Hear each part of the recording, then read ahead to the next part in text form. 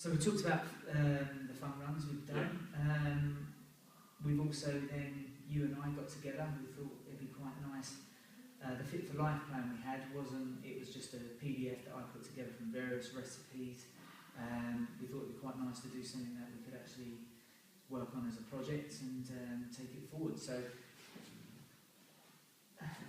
we decided to call it the Clean Chef Cookbook, which was all the recipes were pretty much put together by Arron.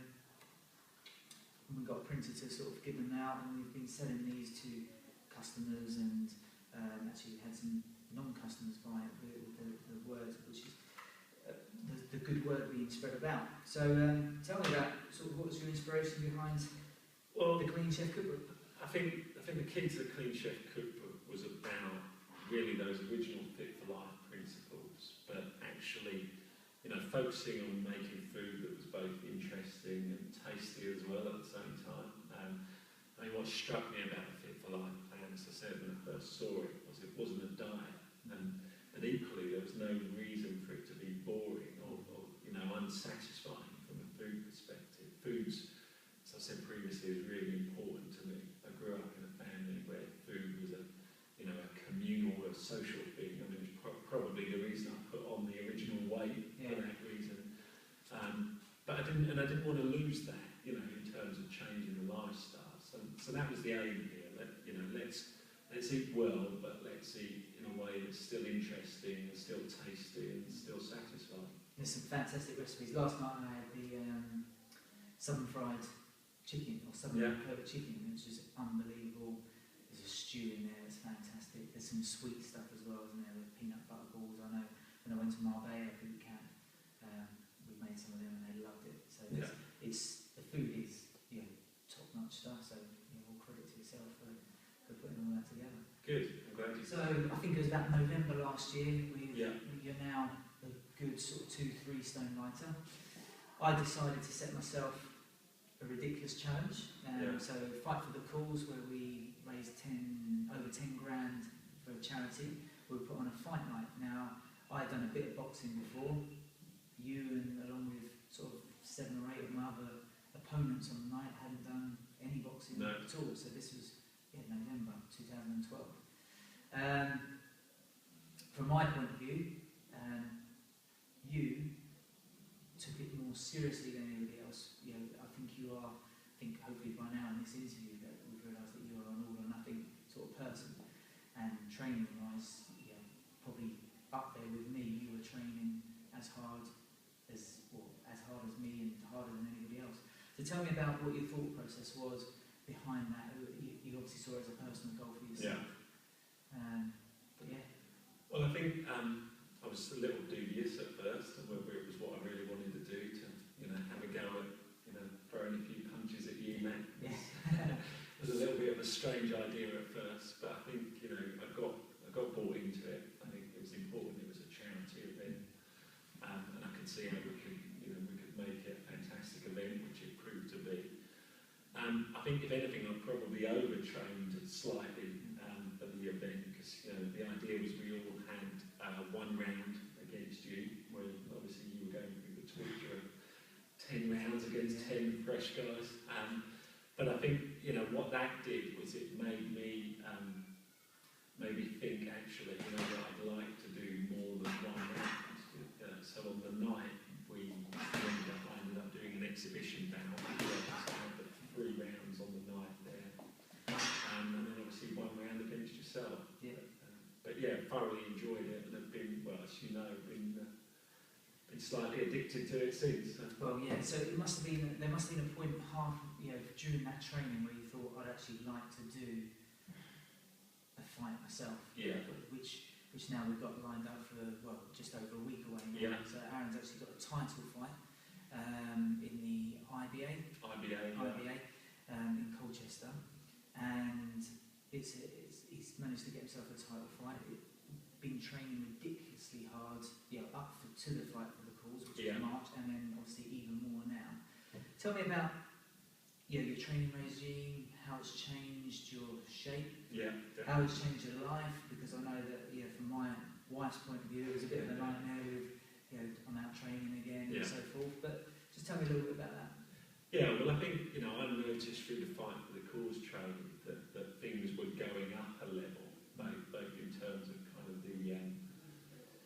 both in terms of the level of exertion in the training, and also the effect it was having on my fitness and body shape.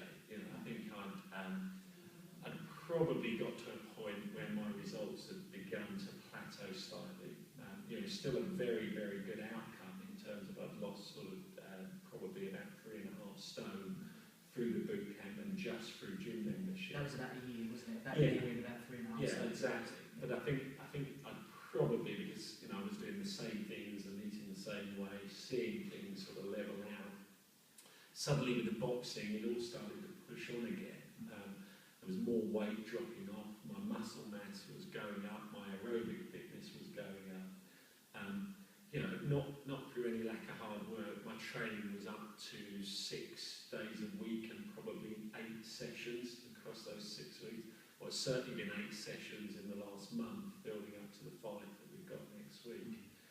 And I think, I might be slightly mad at 43 years old, making my sort of competitive boxing debut, but I probably feel fitter than I did when I was 25 years old.